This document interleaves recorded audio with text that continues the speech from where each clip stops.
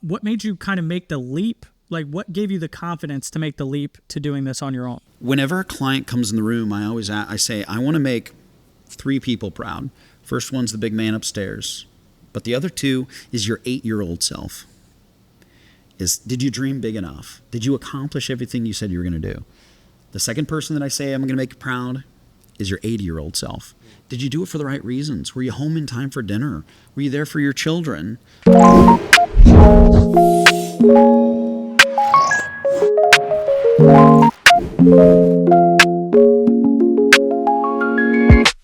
CJ, I'm talking to you through a microphone again, buddy, and I can't believe we were able to snag this special guest today. Ben, thank you so much for joining us on the Yapaholics Podcast. For those that don't know who you are, tell us who you are and what you do. My name is Ben Hein. I am a biographic photographer. I make really intricate maps for people's lives. It's also a fancy way of saying I'm a financial advisor. But we do a little bit more than what the most folks would do. We do a lot of corporate finance work. We work with a part of our team works with business evaluations and just a whole variety of things that are outside the norm. We've really expanded in that space now that we're independent and just doing a lot more in our community, as well as working to get to Tallahassee and Washington, D.C. with some of our legislation for everything for financial education for our youth as well. So just trying to move the dial in that space, just in any ways that we can. So That's definitely incredible. There's a lot going on for you. Just a little bit. I'm happy for you. Yeah, thanks. I love that. And Ben, we will definitely jump into business just a second here. We typically like to do a pour. Yeah. But today we're keeping it a little light for the sake of all of us, and we're doing water. We've never rated water on this podcast before. Let's do it. We brought 3 different kinds. Yeah. We're going to leave these blank for audience sakes. Yeah, Sure. I chose something with a light carbonation. Mine's a little still. A little bubbly. I Mine like to think probably has chemicals in Yeah, it. So absolutely. Yeah. Now I do recommend that you roll it over the tongue. Just There hold you it. go. Hold Yeah. it. A little gargle. First sip, everybody knows the rules. Yep. I'll tell you what, Mine tastes like hose water. if I had to rate that out of 10, it would definitely be on the scale. I'm detecting just a light Italian. Oh, you honest- got the good water. Yeah. Oh yeah. That hits Mine's the the spot. hot hose water in the summertime that I grew up drinking. I'll be honest with you, that was probably the first water I've drank today. So Much needed. Thank you for Much- choosing water. much needed, actually. Actually, Yeah. this week. Yeah. Actually. In the beginning there, My Ben, liver and kidneys, thank you. Yeah, absolutely. No, I'm just kidding. in the beginning there, you brought up the fact that you kind of went off on your own to do something. Where did you originally start off at? I was very blessed. I worked at an incredible company called Edward Jones. I joke. I worked at home office for some time. I had a receding hairline, not a receding waistline, and of course, Don't I know that? and live back in Pensacola, Florida. I graduated Fort Walton Beach and had the opportunity to work in corporate for a while. I worked in estates. I worked with it was called a FA Career Development Program, which allowed me, out of several thousands of candidates, I was one of those few that made it through that. And there's only probably a few dozen of us still actually in the business. It's such a high failure rate. It's unfortunate that it's so tough to stay in it. But we got started door knocking and just making impact in the community, working with smaller accounts. And a decade and a half almost later, I'm in my own place. So. That's awesome. Since you've been on your own, what have you seen the biggest difference between the big corporate world versus what you're doing and what you can control a little bit more with yourself? Man, I got to give great kudos to any financial institution. And Sure. you guys have been at banking. Of We were course. talking about credit unions, and I came from what was considered kind of a small town feel. It was the intimate firm, and it still somewhat is. A lot of that culture, was really drived into. But as you guys know, as companies get larger, they lose some of that. It's inevitable. Yeah, with and the growth. The older folks, move on and retire, and you lose some of that. And it's a sign of the times. There's updating of those things. But on the individual side, I would say the biggest part is my capacity to serve in the community. We are doing interviews with nonprofits in our local community to bring awareness to those nonprofits, whether that's your Favor Houses, any of the Curry Houses, the Gulf Coast Kids House, all types of things. We're going to be interviewing along the ways, providing resources for the underprivileged, helping to write scholarships, getting folks that are introduced to things when they don't have things, get them introduced to things that they didn't know they needed, whether that's diapers for expecting mothers, adoption related assistancy, foster care. So just really being able to be more ingrained. We're also working with what's called a Series 53 municipal bond underwriting. The short and sweet of it is we can raise money for our local schools through bond fundings, through municipalities, working with folks in the community, realtors like yourselves, to really drive home opportunity for our community that otherwise wasn't here. When you work with a large corporation, there's a lot of liability, there's a lot of red tape, a lot of paperwork. Right. I'm allowed to go through that red tape, and it is a process. It's still compliance, but it means that we can at least sit at the table and say, let's try to get some additional funding for our local schools and things like that. So we're one of the few in the Panhandle that are really pursuing that. And you got to go to Atlanta for a lot of these resources. And luckily, we do have some great resources already here. But we're really trying to push that to be the next generation for our local community. That's incredible. Yeah, I mean, the amount of impact it sounds like you're having on the community and about to have on the community going forward is incredible. And that's kind of everything that we stand for here on this podcast. So I love that so much. What made you kind of make the leap? Like, what gave you the confidence to make the leap to doing this on your own? Big man upstairs. My dad's Catholic, my mom's Baptist, my grandmother's Pentecostal, and I used to date the Methodist minister's daughter. Yeah. So I would say that, when doors open, you kind of know what that is, and you have enough people that say, that invest in you over your lifetime, and those doors opened. And the opportunities opened. Culture was changing, and you see that those things are there. The people around you that love you most are saying, are you going to be the best version of yourself? And this is one question I ask you guys. Whenever a client comes in the room, I say, I want to make 3 people proud. First one's the big man upstairs, but the other 2 is your 8-year-old self. Did you dream big enough? Did you accomplish everything you said you were going to do? The second person that I say I'm going to make you proud is your 80-year-old self. Did you do it for the right reasons? Were you home in time for dinner? Were you there for your children?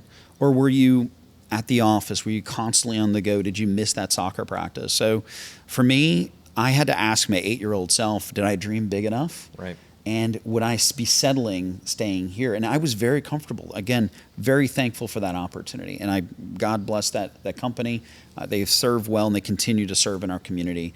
And I said, is my 80-year-old self going to be proud? Did I do it for all the right reasons? Am I able to give more by making this choice? So that was really the doors that opened. I love that. With you seeing the doors opening, taking the step, really thinking about what's best for both the 8 and the 80-year-old self, since you've been on your own, what has opened up your eyes to maybe our community that you weren't able to be in front of, beforehand, or the doors that you are continuing to see open since you've been on your own?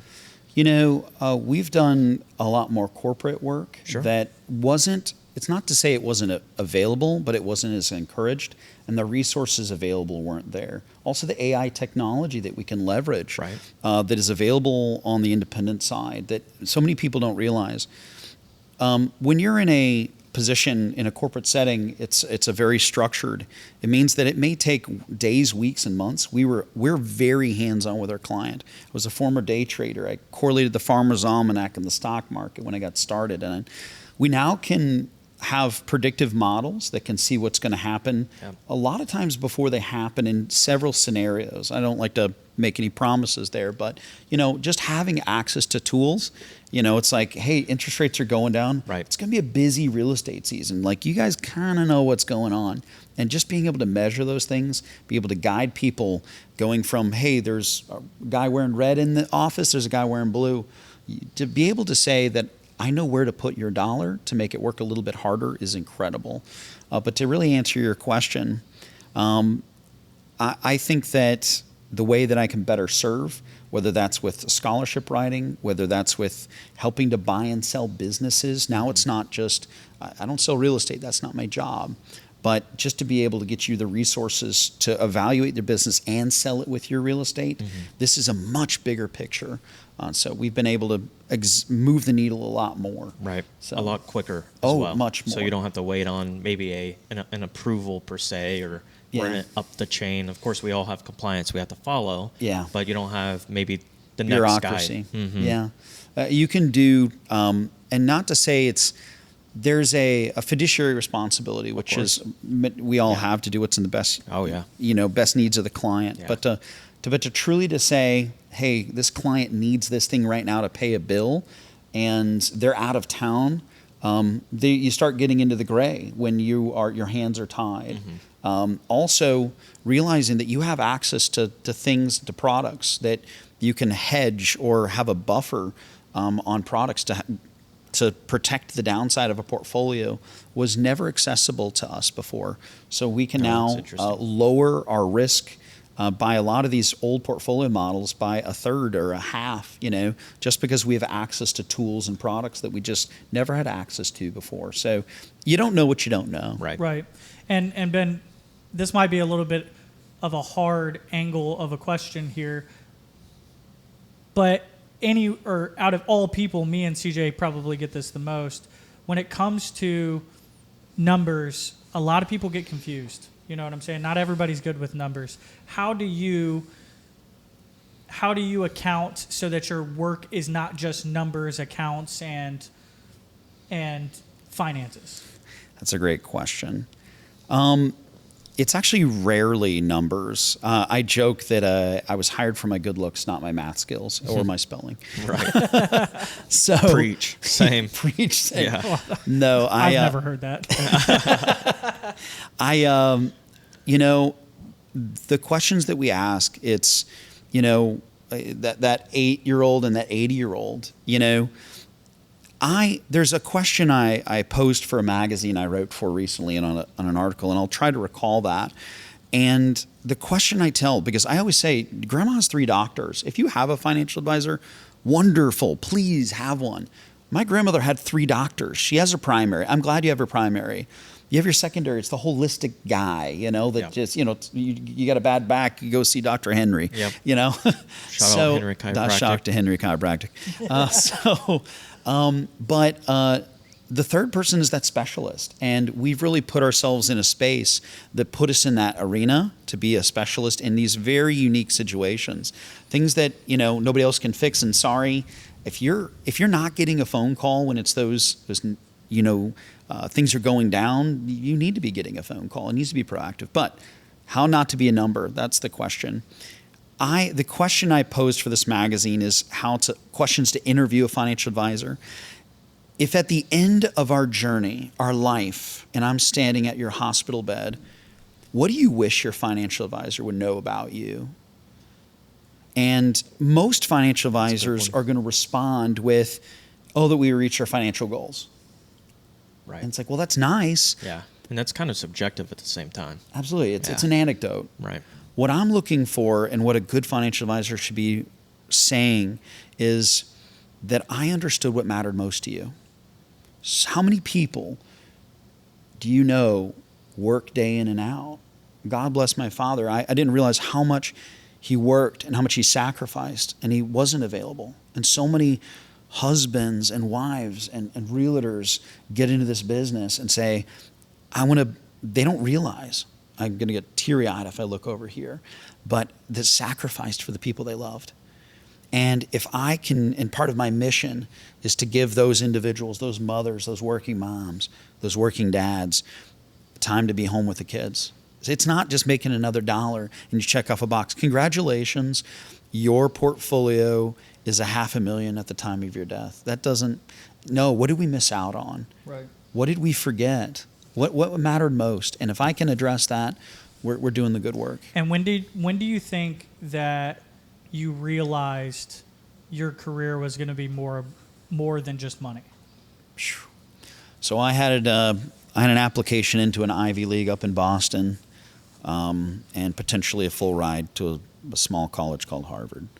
And I was pursuing that, and one of my best friends from middle school called me up and says, "You need to come work for Edward Jones."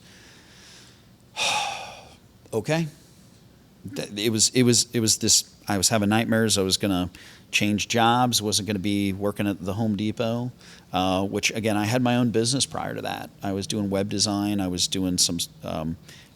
Had a dining guide with a great guy out of Destin who's very successful, and he said it was second to ministry, and I said, "There's no way. This is a place where evil people are, in my mind. Sure. You're this young poor kid, Yeah. and you That's see all these you hear rich about it. guys, Yeah, and that's just exactly. abusing the system, and then he says, "Ben, no, this is second to ministry."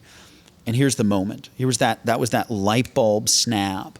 I was, for the purpose of the story, I'll call him Mr. Michael. So Mr. Michael gives me a call. I've known him for a year or two, and I'm in the field in Pensacola. And he says, "Ben, are you sitting down?" And I said, "Yes, I am." And I said, he says, "Ben, I have less than 30 days to live." Wow. I show up at the hospital. I bring him what paperwork he needs, and I asked him this question before I hung up. I said, "If you don't," and we went through everything on his account, made sure he was taken care of. He was taking care of his mother, and the first thing he wanted to do was make sure his mom was okay. And I said, "If you don't mind me asking, who'd you call? Who all knows?" He says, "Nobody else knows. You're the first person I called. The second person I'm going to call is my mother to let her know she's going to be okay. The third person I'm going to call is the minister." And I remember, and it was at that moment I realized I am the first person. My team are the first people that walk through the door when everything hits the fan. And we're also the last people that are in the room when everybody goes back to Colorado, when everybody goes home, and mom has to pick up the pieces. And we're the ones helping to pick up those pieces. And that's when I'm like, ooh, that's a rough day. But at the same time, that is when I said, I'm never going to work a day in my life. And I haven't worked a day in the last 15 years because I found my calling. So. And it sounds like it's greater than just what you actually do on a daily, right? You have the roadmap. You're in a similar to what we are. You're in a relationship business. When you take care of the people, everything else will fall into place. You're absolutely right. You're absolutely right, 100%. When you take care of people, and we kind of tout ourselves as an advisor of advisors. We coach other advisors. That when I was Edward Jones, it was one of my passions was to work with other advisors to really raise the bar and saying, it's not just about numbers. It's not just about, well, this is what you can save and I'll call you once a year. Right. It's like, I can't stand that. It needs to be a check-in. It needs to be how are you doing? It's not just an emoji on a Facebook post that's frown. It's I remember, and this was Cindy, we showed up with a sandwich. We showed up with flowers. We showed up with, we were there. We were present. We were holding hands. Everyone else just left an emoji, and we were present. Right. So that makes literally the world of difference. Oh, huge world of difference being present. If you're in real estate, just having that presence, having that gift, and not just saying, if you think of somebody else, it's showing up and saying, how are the kids? Right. How have you liking these things? What are the schools? Is there anything you guys else need? It's genuinely that sense of care. It's for our businesses, quote unquote, the transaction, but it's the relationship you build outside of the transaction. Absolutely. And I'm sure that you have it a whole lot. I mean, kind of what you just said. Do you deal a lot with people opening up to you and becoming not so much a therapist, but being that person that they can talk to? The shoulder to lean on. It originally started with numbers. I'll tell you one of the most beautiful stories that I'm still moved by. I had a beautiful woman, an older woman, come in, and dear friend for many, many years. And she came in, she says, Mary, which was my old branch office administrator before she passed, she said, "Can you please come in here?" And we're like, oh man, we got cancer, something bad's going on. And she said, you're the only one that know this, but when I was a young girl, I gave up my son for adoption. Man. Wow. And he found me. Oh. And we finally met for lunch. And I am so thankful. And to be able to share in those moments, Right. to be able to share in fear, when God says you're not alone, it's up to us to be the vessel that says we will be that representation and make sure you're not alone. Right.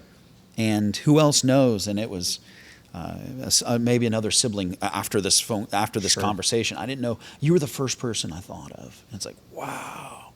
When Yeah. you realize you're a part of those moments, Right. those joys, when you're getting the phone call after hours because this joy happened, the pictures of the baby, the invitations to the weddings, to be the speaker at the eulogies is just like, whoa. Right. He wanted you to speak. Wow. Yeah, that's incredible. Yeah. And I'm sure that just like those beautiful stories you've heard, I'm sure you've heard some not so beautiful stories as well.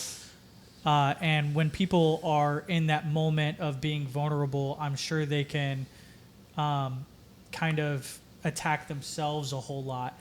In your opinion, do you think that someone can build real wealth without changing the way they see themselves? That's a phenomenal question. I'll tell you, the greatest evil in this world is not the devil. It's 6 inches, and it's between our ears. Yep. And so many people, to your point, one of the first things we try to do is I try to figure out what the anchor is. What are those motivations and tie to those? But also one of the key words we listen for when we're working with clients is what we call responsibility. It's that drive. It's that anchor. Is this tragedy an anchor in the sand, or is this the wind in your sails? And understanding how to lift that anchor so it's now wind in the sails, it pushes them forward. Having those relationships with those nonprofits, the mental health counseling for this young child that's been through foster care, knowing they're on Medicaid, knowing that they can get free mental health services, this can move the dial. And so, absolutely, I do think that it is very difficult to make true wealth, but I will also say this. Most people don't know what wealth is, and money has never been my God. And I was going to ask you, what, in your opinion, what do you think real wealth is? Real wealth is having a dry place to sleep. Mm-hmm. This is a Ted Jones, so this is an old Edward Jones one. He says, this was a letter that was written from kind of Sam Walton. They took the company IPO, and they called this man, one of this other advisor did, and said, man, you could be the richest guy in the world. He says, I already am. I've got a dry place to sleep, plenty of food. I got a wife who loves me in spite of my faults. I have a farm. I can ride my horses whenever I want. I got a couple of dogs. You know, some love nobody, some loves everybody, and money has never been my God. And when I hear those words, and that's who I am, and I say, and I can share that with people, and you say, you got it. And when I find those people, I'm like, when you've been through great tragedy, and you find those people, all of a sudden you go, it's not about money, it's not about a car, it's not about any of those things. You know, and that's when you go, that guy can build true wealth. Because you can have a lot of wealth and be absolutely miserable. Oh, yeah, absolutely. Yeah. I think, to the stories that you've just shared, a couple of things that come to mind for me is in our business, in real estate, we really preach that no one succeeds alone, right? So it's you're never truly, or shouldn't feel truly, by yourself. In any aspect of life, right? There should always be someone in your corner that you should, know, like, and trust.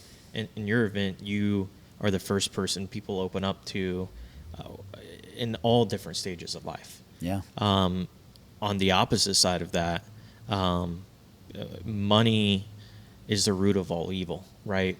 In the banking industry, we used to see people, family. The right? love of money is the root of all evil. The love of money, yes. We would see people go absolutely crazy when someone ultimately passes away. Yeah. There's always one in the family.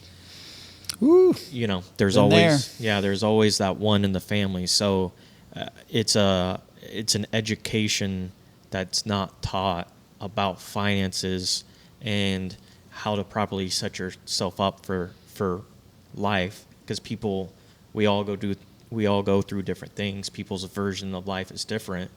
And the moment they can get their hands on $1, they do the most desperate things to make that happen. They're also trying to fill a void, Right. with those dollars. They're trying to fill a gap. Look, I'll define grief, and there's a few ways to define this. Grief is when you have love and it has nowhere to be. Grief is when you have love and it has nowhere to be. And when you have that void, and you're searching and you're desperate, and to that point, again, going beyond that definition of how people are trying to reason with that inner monologue. I was just talking with a very good friend in Central Florida who's probably going to lose her home, and she has a lot of equity and wealth in that home. And we talked about, and this is an interesting conversation. This is by the way, Dave Ramsey, if you listen to this, you owe me. So George Campbell and I have been in a few conversations. But anyways, I'm going to send this to you. We were talking about paying off the house sooner or not paying it off sooner. And this guy comes on there. He says, well, I'm at 5 or 6%, interest on the house. And why don't I just throw it in the market? Right. Well, what you don't realize is on that house, that first year, the interest rate is actually 90%. Yeah, because none of your payments are going Ding, towards ding, their ding. principal. And most people move out of that house every 5 to 7 years. So Yeah. you didn't actually. Can you make 90% in the market? The answer is no. Right. I'm good, but I'm not that good. Right. Not Sure. every year. Yeah. So, but when you share those things, and again, that's one of those. The real interest rate is not 5; it's not 6, and people are chasing this thing. Or another quote that I'm sure you guys have heard is, if you want to go fast, go by yourself. If you want to go far, go with a friend. Yep. It's go in that pair. And so many people think I did this on my own. It's like, no, you did this with so many people that believed in you. Right. There was a study and an experiment, and this is worth $1 million. The experiment was done for children, and they were interviewing them. And this Harvard guy, Yale guy, comes in and he says, I have this way that you can tell who's going to be the next president, the next savant, the next inventor, the next Steve Jobs and Tim Cooks of the world, the Hermoses, whatever that looks like. I have an experiment that will identify them, and then you can focus on them. And so he gives them this test, and sure enough, he reads the exams, and he then points out all these people, and he gives them this is hundreds of students, hundreds of teachers, and he gives them back all these names. And he says, just to prove my point, I will do another exam at the end of the year. And sure enough, he does another exam at the end of the year. And he shows them that they've all excelled academically. All the names that he listed were above the mark. All the names that he mentioned were exceeding in all that they did. And the teachers were amazed. They were incredible. You guys have changed the world. We know how we can change lives. We know who's going to be the next doctor, the next inventor, the cure for cancer.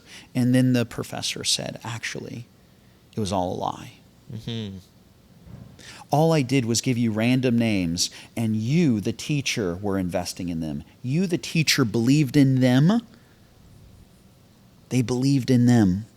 And come to find out, the theory behind that is that when somebody believes in you, when you don't believe in yourself, but one person believes in you, you will raise yourself to that bar. Right. Because now when someone believes in you, I wouldn't call it pressure, but you have the expectations to meet what the individual is saying to you. Absolutely. You believe it. You start believing it. And it's you who will you raise surround yourself yourself by, right? Absolutely. Yep.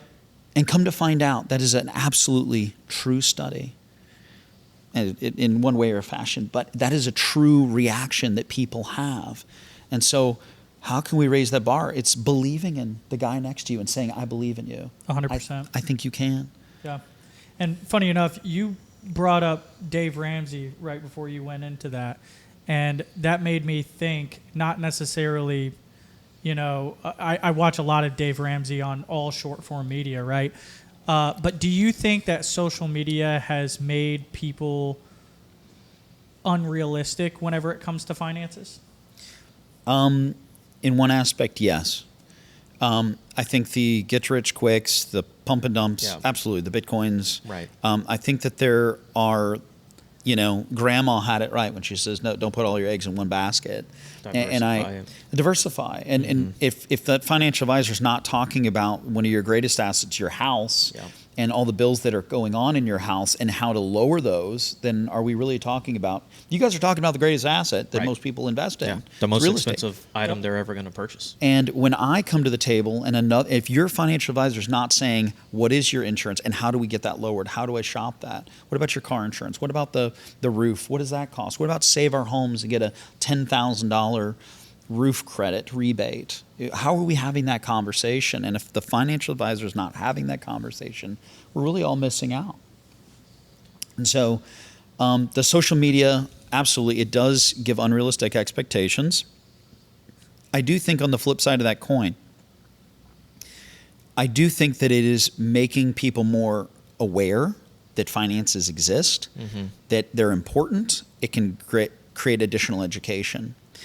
Will AI replace somebody in my field? Absolutely. I hope they do.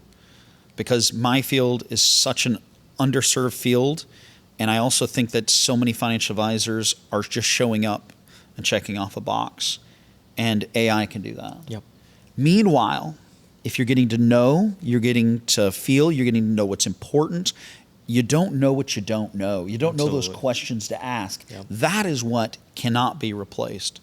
And if our field, just like tax field, if you don't know what to ask, good luck. I didn't know I needed to have this thing on my 1099. I didn't know that needed to be included. I didn't know you could include that. That's where, the financial advisor can really do some heavy lifting. I remember trying to do taxes myself, and doing taxes yourself is awful. It's the worst feeling in the world. That's why I just pay somebody to know, pay for their expertise. To your point with AI, right? People have the world at their fingertips now. To circle back what you were saying a little bit earlier, your house annually, historically, will always appreciate.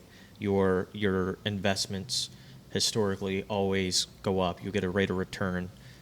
But the short form content on the internet, depending on what you look for with these different schemes, they're saying you can get 50% ROI, and it's like, well, historically that's never ever been a thing anywhere. And then people believe it, and then sure enough, I'm going to ask you both a question. Do you know where ChatGPT derives much of its data? Oh, I have no idea. Yeah, I don't Reddit. use much chat. Oh, that makes sense. Yeah, that does make sense. And if you know anything about Reddit, don't believe a single item on Reddit. And if you know anything about CJ, he's on Reddit all the time. Yep. So what it does / Wall Street bets. Don't believe a single thing. So let's give some perspective here. Sure. It does a conglomerate. It looks at ChatGPT, looks at 50 conversations, and it asks the same question you do. Yep. So if you're asking, why do I feel this way? It's going to look for other people that have asked a similar question. It's going to tell you why you feel that way. And it's going to then give you back 20 other responses, and it's going to say, this is the consensus. The problem is when you ask those questions, it's going to give you the bias. So if you have an abusive husband or a coworker or anything like that, and you ask this question, it will say, well, then he's probably a piece of crap. And you're like, well, that may not be quite the truth. It can help ground because it's taking 50 people that asked the same question and 100 responses and said, this is the general consensus. And it can give you a direction. But where the problem comes in, to your point, is in finance. Everyone said, well, that's a great investment. Right. And you're like, well, that's a terrible idea. And by the way, the tax code did change. So it's probably why you didn't do it right and why you're getting audited. Yeah. So, and if you know that they aren't asking, it's taking historic data and putting that in a conglomerate, all of a sudden, the questions you're asking are from 2023. And by the way, which you're are no going to be longer off relevant by a lot. Yep. Yeah, I mean, the world's changed so much just in a few years. So in a few months. So leveraging that and understanding what's behind the curtains. I do the same thing in finance. I want to understand why that mutual fund is going up and down. I want to do an x-ray in it. And most people in those generics or their 401k, they don't realize that they're invested in places that they personally would not recommend. They personally would ethically not want to be invested in.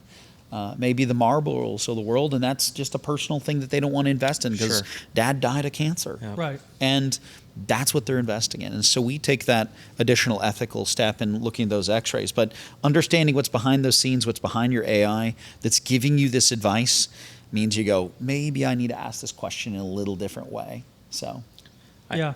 And I think to that point, you should trust a professional. 100%. Don't always rely on AI. It's not always right. It's only good enough to what you're feeding it to that point. And Yeah. if you don't know what you don't know, your world isn't expanding as much as you think it is. So I'm going to ask you guys a very pointed question because you guys, I'm going to interview you guys for a Sure. second. So I run into a lot of realtors, and Sure. everyone says, "Oh, I specialize in high-end luxury." Oh, yeah, of course. And They do. I then First ask day the on the question, job. first day on the job. Yeah. How long have you been doing this? It's like 2 weeks ago. How do you guys combat that? Because somebody says, "I got this exam.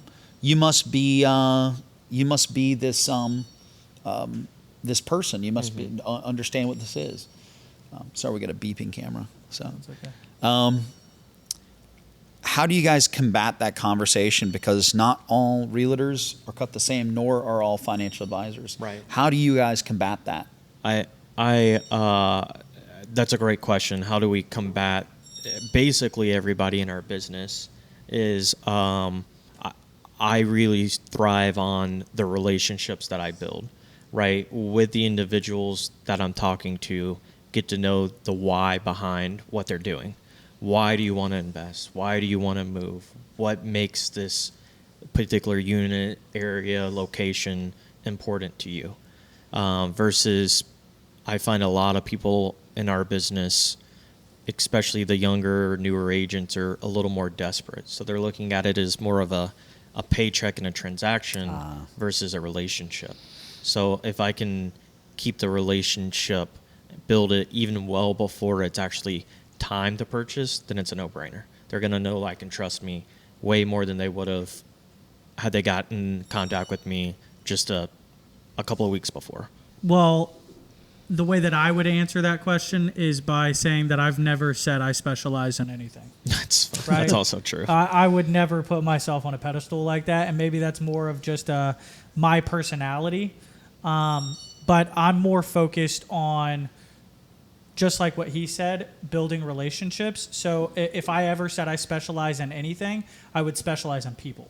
I love that. Like, my favorite part about the whole process of real estate is not someone purchasing a home. It's gaining a new friend along the way.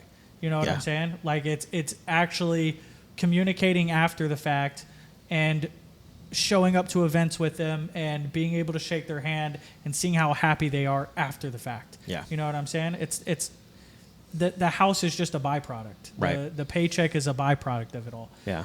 It's being invited to the barbecues. It's Yeah. being invited to see what they've done to the house and Right. how we made the process amazing and, everything after the fact, to Matt's point. Yeah, 100%. And listen, Ben, I'm positive me and CJ could sit here all day and talk about finance. But one of the things we pride ourselves on is being focused on the community and the local area in general. How long have you been in Pensacola for? Oh golly, decade and a half or more. It's been a good minute. Now I'm from the Panhandle.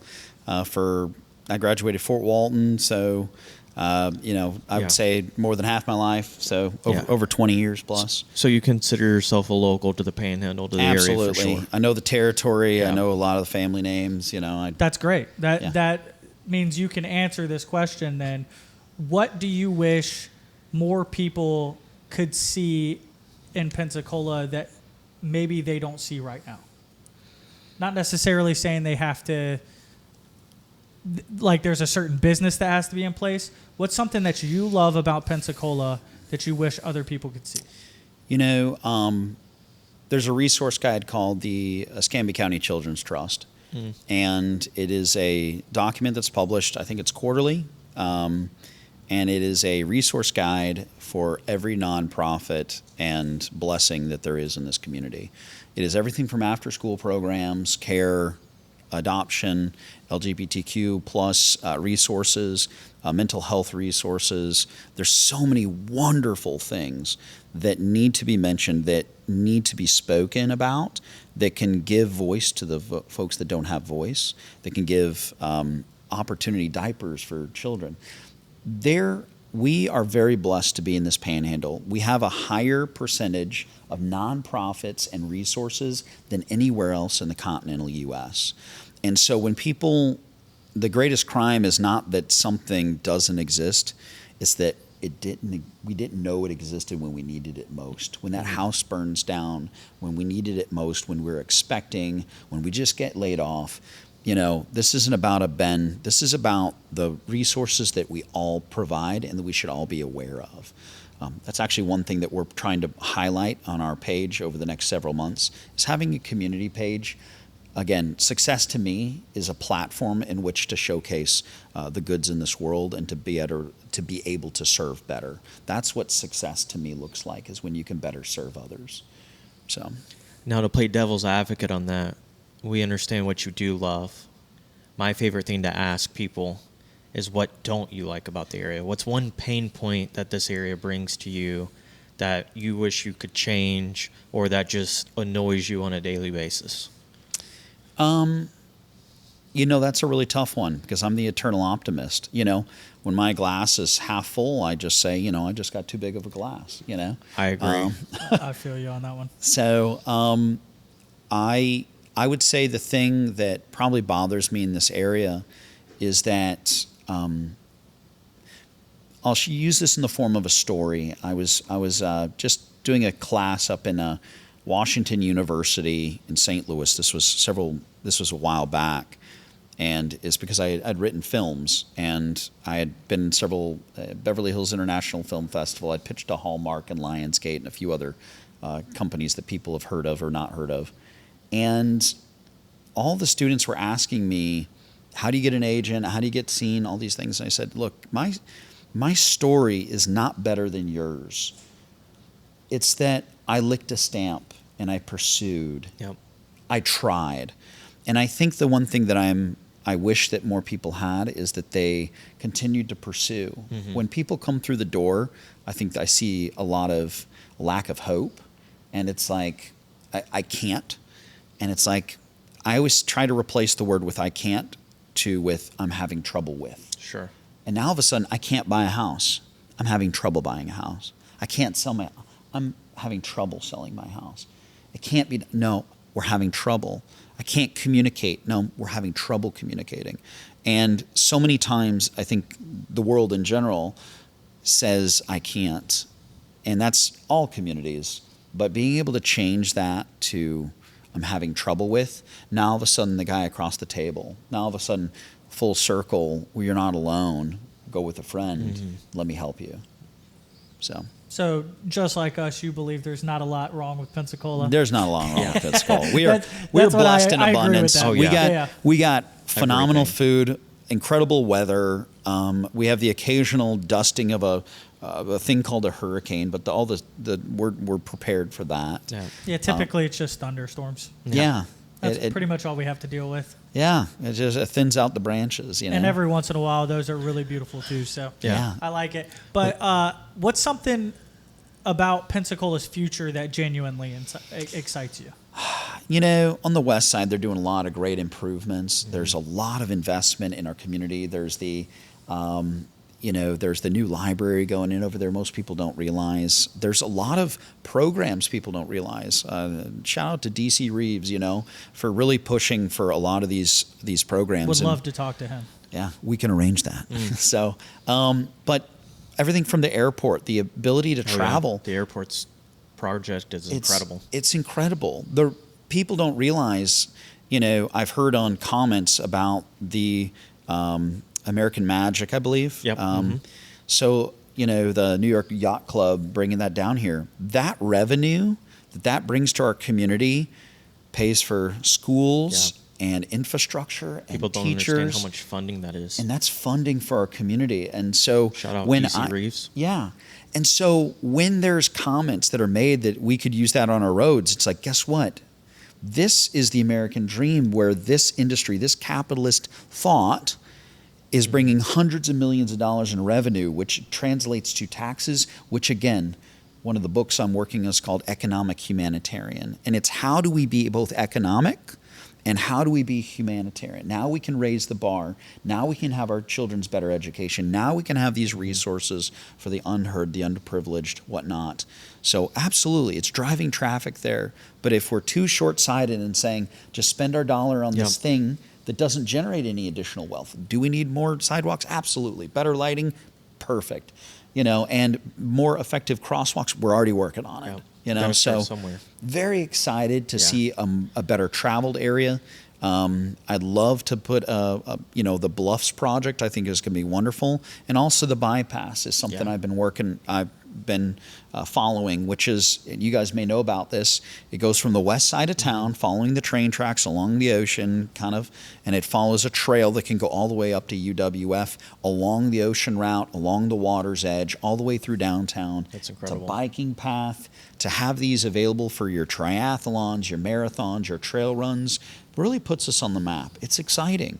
To say that I know Michael Hobbs was on here just the other day, and he was saying, one day I can be on the beach, I can be floating the river, I can be horseback riding or hunting in the afternoon. That's perfect for absolutely blessed in that way. And when you count the good and bad days out of the year, unless you're, hormonal or something like that and you don't like the heat, we really have 8 to 9 months of pretty darn good weather. There's 3 in there that are just pretty darn hot. Sure. But overall, we're blessed. This is business casual. It's not a stuffy, tie. If I wear a tie, people go, "I'm sorry," and I go, "What for?" I'm like, "Did you go to a funeral?" And I'm like, "For court." One of the two. That's typically where you see them now, at least in the Panhandle. Absolutely. So just blessed in abundance. We're very blessed, very fortunate. You're going to spend hundreds of thousands of dollars more, tens of thousands of dollars more on your rent and on your over the course of years, on housing. So it's very affordable, we have the Bright Futures, as well as we have a lot of other wonderful programs and affordable school and housing here. So it's very reasonable. Future's bright. Very bright. We would do a disservice if we didn't talk about one of our favorite topics. And look at us, we don't miss meals. Oh my God. So we know we've talked and listened. We always love to hear guest perspectives on it. So, give us your top 3 favorite bites to eat in town. All right. So guys, breakfast, lunch, dinner. You're talking to a guy that ran a national dining guide for a living. Oh, fair. So I'm going to give you a bit of a list, and we love lists. And I'm going to tell you the highlights, but then I'm going to tell you the unknowns, because these are, some of my favorites. I'm one of the OGs, the original goats at George Bistro when they first got started. Shout out to George's. Yep. Thank you, George. One of the top fans. So, no. I paid wonderful. His power bill or two, for sure. All the special occasions. Amano Panini, congratulations, Ashley, on the baby who we're expecting. Ashley Lamonti, a lot of people pronounce it Lamont. It's Lamonti. But Alex and Ashley are expecting. They are having something that most people don't know about. They're going to be having a dinner something or other in the future that people need to be keeping an eye out for. That'll be a great compliment. Your hole in the walls, obviously, on the west side of town, is Costello's. Oh, yeah. I want to give a little shout out. They have a wonderful lunch program. They are feeding hundreds of young kids. Yeah, during They're the doing summer when free schools are lunches. That's incredible. Yeah. And not only that, but they give back to the community in amazing ways. Absolutely. It brings it. I was in there a tier and wine for the family. We're getting the wonderful chips they do. They have restaurant size seasonings for your barbecues. So just wonderful there. You can get camel, kangaroo, wagyu. I don't know. You have some eclectic, it's a butcher shop as well. And deli. Get the Costello. It's wonderful. Get it toasted. Some other places, whether it's the Lamont Gelatos or whatnot. We love Lamont Gelato. Their lemon one in the summertime. It's so Man, good. I can't. It's so refreshing. Krista really likes the affogato they have. It's wonderful. And that's owned by Amano Panini, same guy. So, another little hole in the wall people don't always think about. There's some just wonderful food trucks around town. Yeah, there is. I would say one of those hidden gems that people always forget about is a New Yorker deli. Oh yeah, that's not Very talked good. about enough. Yeah. Tuesdays, crawfish etouffee. It is on point. We kept them open during COVID. We would get just a freaking gallon of that stuff. And it's phenomenal. Great for, a great sandwich, something loaded. And also, for breakfast in the morning, I'm a brunch guy. I do like a good Aunt Katie's is a good choice. I like Polonza's is a place that we have a lot of breakfast That's and good too, Yeah, you turned me on to Polonza, and it's one of my rotation spots now. yeah. And I know that they're a New Orleans based restaurant, but if you guys don't know the story behind Ruby Slipper, I had it twice last week for brunch. Ruby Slipper is incredible. the Peacemaker, eggs cochon, and the chicken St. Charles. But do you guys know the story behind why it's called the Ruby Slipper? No, go ahead. Nope. So after Ivan, of course, all the houses in much of the area was destroyed. And of course, Katrina. And so they decided, of course, to reopen the restaurant, and there's no place like home. The Ruby Slipper. I love that. That makes sense. Yeah. I love awesome. that. So, of course, I believe it's one of the family members, cousin, course. uncle, something like that, is over in this neck of the woods, and we're very blessed to have that as a Yeah, part of our I love community. it. Thankfully, our stays busy, so the biscuits and gravy, they're Always on point. Always on They're point. as big as your face. Yeah. Yeah. So, Awesome. Well, listen, Ben, it's been absolutely incredible talking with you about everything, man. If you don't mind, tell people how they can find you. What's the best way to contact you? What do you have going on in the near future? So we are working on a book publishing, a couple of national stages. We're also working on being on council for the President's Board, which is something that Edward Jones has a part of. Many people don't realize that there's a way to, it's not a lobby, it's a place to give word and wisdom to people that are making political action for our youth, for our schools, for financial decisions. We're working towards that over the next, it'll probably be a year or so. The way to get in touch with us, you can find us online, Hindsight, that's H-E-I-N, Sights, S-I-G-H-T. Hindsight's Wealth Stewardship. Now, that's a triple entendre, so I'm going to give you guys the Yeah, it first is. one. So the first one is hindsight. Of course, you're looking in arrears. Yeah. There's hindsight's my last name. But the one that most people don't always see, and if they look closely on our logo, there's a cross on it. It's he in sight. So we're Christian-based. Of course, we're trying to put our extra dollars to work in our community. Financial advising firm. We do a lot of corporate finance and individual finance. You can give us a call at 850-202-1895. Again, that's 850-202-1895. Cindy, PJ, Lily, or myself will be there to take those things. And we do have a website, hindsightwealth.com. You can find that on Google and where other Google stuff is found. But we're expanding those areas. We will be having our community page hopefully before the end of this year, which will have not only the Escambia County Children's Resource Guide, we're going to be partnering with them hopefully over the next year to make sure that the work that they're doing is more available to our community. So again, we're sharing that with realtors, we're sharing that with individuals. So when they're running into folks that are going through these major life events, losing loved ones, family with addiction, or adopting, fostering, anything like that, again, resources for the unheard, and that now they have those resources. So we're going to try to be that platform in our community, just like a lot of our hotels have the kiosks. Right. With all their things that are fun to do. Part of our goal is to have that digital resource and physical resource for all the major life events that you're going through, that you can pick up a flyer and say, this is where you can get help. So it's not just about dollars, it's about, raising all boats in our community. Love that. Everybody go out, get in touch with Ben if you need some help. If you've loved the conversation today, please subscribe. If you're looking to come to the Pensacola area or even get on the podcast, go to our website, link in bio. And until next time. We'll yap later.